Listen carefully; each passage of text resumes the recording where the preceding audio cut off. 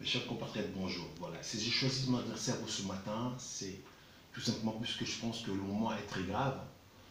Nous devons vraiment tous s'élever pour rayer ces messages pour ce territoire de Minembwe.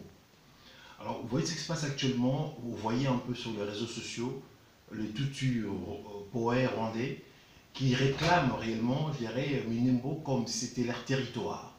Donc, quand ça commence ainsi, c'est-à-dire que ils vont commencer à faire des manifestations, je dirais, de plus en plus, pour dire que voilà, ils sont victimes, ils sont en danger, pour que demain ces zones de Minimbo deviennent une zone tampon. Autrement dit, c'est la balkanisation du Congo, je dirais, en petit feu. Alors moi, j'aurais voulu réellement attirer votre attention. Aujourd'hui, nous avons un président, entre parenthèses, à la tête du pays, M. Kilombo. Et ces messieurs, ce qui se passe à l'Est ne le concerne pas. On le voit, je dirais, aller courber Chine pour honorer les morts du peuple rwandais. Mais pendant ce temps-là, les 12 millions de morts congolais, ça ne lui dit rien. Et puis, on voit dans son gouvernement, c'est lui qui est aujourd'hui le ministre des trois portefeuilles, Rubewa, qui a attribué à son peuple Minimbo qu'ils ont créé ces territoires uniquement pour le Rwandais. Et demain, si le Congolais des souches ne s'y réveille pas pour dire stop à ce projet, Minimbo sera découpé. Puisque vous voyez que ça se passe avec la Crimée. La Crimée, c'était pas russe, mais comme il y a eu pas mal de populations russes dans cette partie-là, à la finalité, la Crimée a été annexée au niveau de la Russie. Donc je pense que l'histoire va se répéter avec Minimbo. Robert a dit créer Minimbo, ils ont mis en place le Tutsi. Les Congolais qui étaient autour sont tous chassés ou tués, massacrés. Et maintenant, au fur du temps, Minimbo prend un peu l'ampleur. On va se retrouver avec pas mal de populations rwandaises là-dedans, Tutsi. Et demain, ils peuvent poser le drapeau en disant que oui, nous sommes massacrés, nous sommes un peu victimes, donc du coup, on décide que cette partie-là devient le nôtre, ou l'annexer avec le Rwanda, au pire des cas, le déclarer comme la République, comme aujourd'hui ils ont un projet de créer la République des Kivu. Donc je pense que tout Congolais que nous sommes, on doit mettre de côté nos différences. Nous avons un président qui est là, mais sans être là. Aujourd'hui, il a été nommé par, je dirais, Kabila. Donc, un coup, Kabila il l'a mis devant, mais pour ne pas faire le travail sérieusement. Pendant ce temps-là qu'on viole nos femmes, on viole nos enfants, le président, entre parenthèses, on voit rien. On a vu il n'y a pas longtemps l'état-major rwandais qui ont traversé, qui sont venus à son bureau à lui. Il a reçu en disant que oui, il n'y aura plus de massacre entre le Rwanda et le Congo. Mais dans le jour qui passe, on voit les Rwandais commencer à continuer à tuer le Congolais. On voit ces territoires de Minimbo commencer à être revendiqués par les Rwandais pour que ça devienne leur territoire. Donc je pense que ce message-là doit être relayé de façon que le Congolais, partout où nous sommes, qu'on arrête un peu la distraction. On n'est plus, je dirais, dans les distractions, aller boire, s'amuser, l'église, pendant ce temps-là, nos terres sont dans notre répartie. Vous savez, un homme qui n'a pas de terre, aujourd'hui, il ne vaut rien. Donc on ne peut pas aujourd'hui prétendre, voilà, j'ai un appartement dans un immeuble de 10 niveaux, mais c'est rien du tout. Mais quand vous avez des terres, les terres, c'est quoi? C'est la vie. Les terres, ça nourrit. Les terres, ça protège. Dans les terres, monsieur, vous pouvez faire l'agriculture, vous pouvez créer l'élevage, vous pouvez créer des maisons. Donc, vous ne pouvez pas aujourd'hui être là dans votre pays, s'amuser pendant ce temps-là, comme nous d'entre vous prendre des terres. Même si aujourd'hui nous sommes ici en Europe, on pourra dire que voilà, j'ai vécu en Europe, ma vie est très bien, mais je ne peux pas oublier d'où je suis sorti, parce que dans ce pays-là, j'ai des biens où j'ai hérité de mes parents des 5 générations, je suis congolais des 6 générations. Donc c'est bien aujourd'hui, il est à moi, c'est à mes enfants, à mes petits-fils, ainsi de suite. Donc je pense que tout Congolais que nous sommes, on doit se relayer pour que Minimbo ne soit pas, je dirais, balkanisé. Donc pour cela, quand j'aurais bien à notre président nommé, M. Kilombo, vous êtes président, entre parenthèses, protocolaire, mais aujourd'hui, on voit le pays est dirigé par Kabila. Alors, pourquoi faire du gâchis pareil? Alors, il y avait un qui avait gagné les élections, peut-être qu'il avait la possibilité, Martin Fayulu, peut-être de mettre hors état de nuire Kabila et les siens. Vous l'avez protégé maintenant, là vous êtes là, un président sans avion, un président sans domicile, un président sans le moyen nécessaire pour gouverner un pays, un président avec des ministères régalés qui n'est pas votre possession. Comment voulez-vous développer un pays? Donc inconsciemment, vous avez donné à Kabila une seconde chance, mais en même temps, il ne vous considère même pas. Vous allez à l'Afrique du Sud avec des avions privés, alors le Congo a son avion propre. Quand on pose des questions, il est où l'avion présidentiel? Les Congolais n'en parlent pas. Alors voulez-vous vraiment être là, assis dans vos bureaux, dans vos maisons, partout où vous êtes, en disant que oui, le Congo, maintenant, nous avons un président fils du pays, mais c'est fils du pays aujourd'hui, qui ne vaut rien, qui apporte rien aux Congolais. 100 jours écoulés. C'est quoi la réalisation? Rien du tout. Aujourd'hui, les jeunes Congolais, ils n'ont pas de travail. Il n'y a pas de création d'emploi. Autour de vous, on voit dans votre cabinet, 100% de vos personnels, c'est les gens de votre village. Votre oncle, monsieur l'abbé, qui s'est fait nommer chef de maison familiale ou civile, quoi que ce soit. Monsieur, le pays, ce n'est pas une affaire tribale. Vous devez diriger un pays, dépasser, gérer vos frontières, mêler les gens. Faites de sorte que dans votre cabinet, qu'il y a des gens qui aiment le Congo, le Bangala, tout consomme. Mais quand on voit aujourd'hui, dans votre présence, mais il n'y a que des Balouba.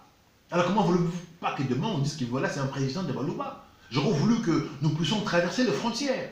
Le Congo, c'est tout un continent. Mais malheureusement, ce qui se passe dans nos fonds du village, M. Kulomo, ça ne le concerne pas. De toute façon, il n'a pas le moyen pour faire quoi que ce soit, ou bien pour dire stop à Obewa, stop à Kabila.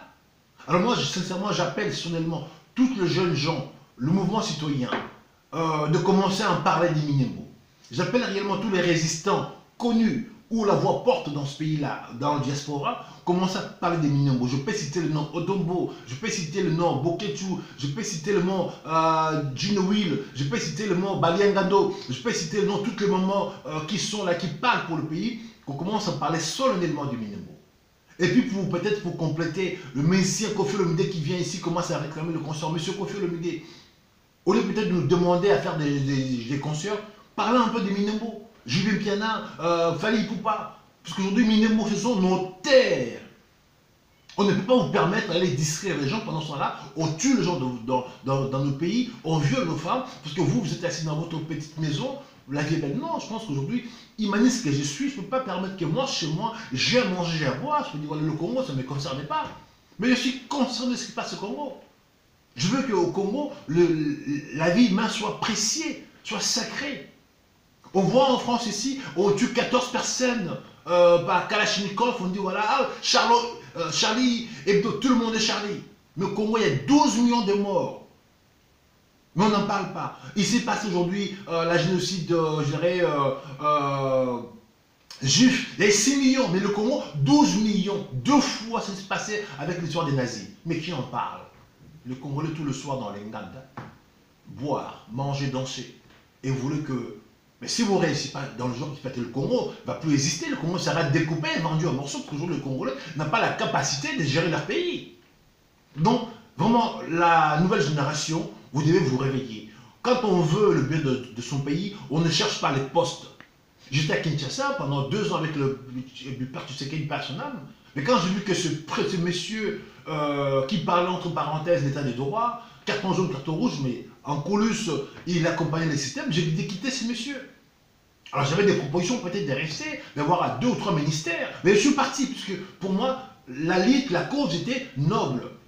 On se bat pour l'intérêt des autres, pas pour gérer ses propres moyens d'avoir un petit ministère ou peut-être vous êtes là, vous n'avez même pas le moyen pour faire vivre votre cabinet. J'ai vu des amis qui sont partis aujourd'hui. Emmanuel Ilunga, il a pris un ministère aujourd'hui sans moyens, il ne peut pas payer ses personnels. Donc, je suis celui en Europe où je ne crée pas de faim. Alors j'aurais voulu réellement que le Congolais que nous sommes, que nous prenions conscience. Le Congo restera un indivisible. Donc on doit arrêter la distraction. On doit se dire de quelle façon cette fois-ci c'est unir. Puisque, je dirais, en douceur, on n'arrive pas. En seulement populaire, on n'arrive pas. Alors, dans ces cas, il faut faire ce qu'on sait faire de mieux. Donc, constituer, je dirais, un lobbying, constituer un groupe de gens qui sont prêts à en découdre. Sans cela, le Congo, il ne sera plus à nous aujourd'hui. Le Congo, c'est un complot mondial. Ok? Le Congo, c'est le pays aujourd'hui, tout le monde veut y aller, c'est servir. C'est un réservoir à ciel ouvert où on peut aller piller comme on veut, parce que nous avons des présidents pantins qui ne servent à rien. Alors j'aurais voulu que les jeunes gens qui sont concernés pour la libération du Congo, qui commencent à se manifester. On ne doit plus rester dans tout ce qui est seulement populaire, parce qu'aujourd'hui le Congolais, le peuple congolais a peur de se soulever. Alors dans ce cas, il faut que nous puissions passer à la vitesse supérieure. Donc prendre les armes, alors en découdre avec eux. Si on ne le fait pas ces pays-là, je pense que dans 5 ans, il n'existera plus. Martin Fayulu, oui, il a la vérité des yeux. Mais maintenant, là, on n'attend plus parler. Son patron, Moïse Katoum, est arrivé. Qu'est-ce qu'ils font? Ils veulent tout faire maintenant à l'EF. Bientôt, il sera l'arrivée des Jean-Pierre Bemba. Pareil, donc ça veut dire quoi? Vous avez choisi quelqu'un pour vous remplacer. Mon petit frère, vous l'étouffez, puisqu'il vous fait l'ombre. Donc, alors, vous voyez aujourd'hui les Congolais, vos propres, responsables politiques, c'est eux qui sont vos propres, les gens qui encouragent votre malheur. On a vu par Etienne Tshisekedi 37 ans d'élite, soi-disant l'état des droits, mais c'est monsieur en coulisses, il accompagne le pouvoir. Là, Martin Fayulu, inconnu du bataillon, le peuple congolais les soulève, et il réclame sa liberté des urnes, ses propres pères. Katumbi, Moïse Katumbi, Jean-Pierre Memba, non, ils veulent étouffer. On voit Moïse qui rentre, qui dit oui, dans un bis, il n'y aura pas de chauffeur. Alors, cette paragraphe, cette proverbe, il a dit ça à qui? À Kabila, et puis tu sais qui dit? Oui, il a dit ça à Martin Fayulu ou bien à Kilombo. Donc aujourd'hui, on ne comprend pas les hommes politiques des grosses baleines qui devaient libérer tout un peuple, malheureusement, c'est eux qui sont en complicité avec le malheur du peuple. Moïse Katumbi s'est enrichi avec le dos des populations. Mais ces gens aujourd'hui pourraient libérer un peuple, malheureusement, ils veulent qu'il y ait une continuité. Jean-Pierre Memba, pareil, un ancien rebelle qui a pris les armes avec la bénédiction des Ouganda. Mais malheureusement, ces gens aujourd'hui, qu'est-ce qu'ils veulent? La continuité des systèmes Kabila.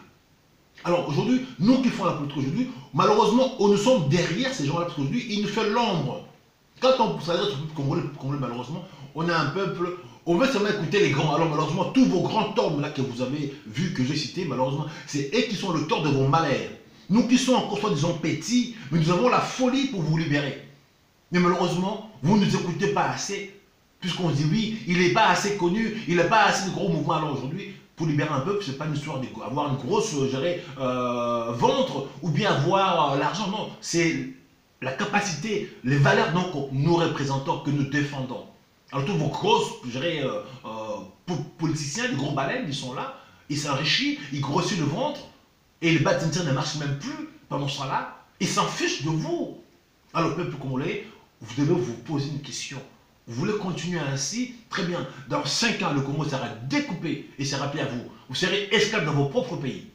Alors, au pire des cas, qu'on commence à s'unir pour faire de sorte que tous les gros opposants qui soient hors état de nuire, que nous puissions créer une nouvelle classe politique avec des jeunes gens sortis de nulle part pour demain que nous puissions changer l'élite politique au Congo.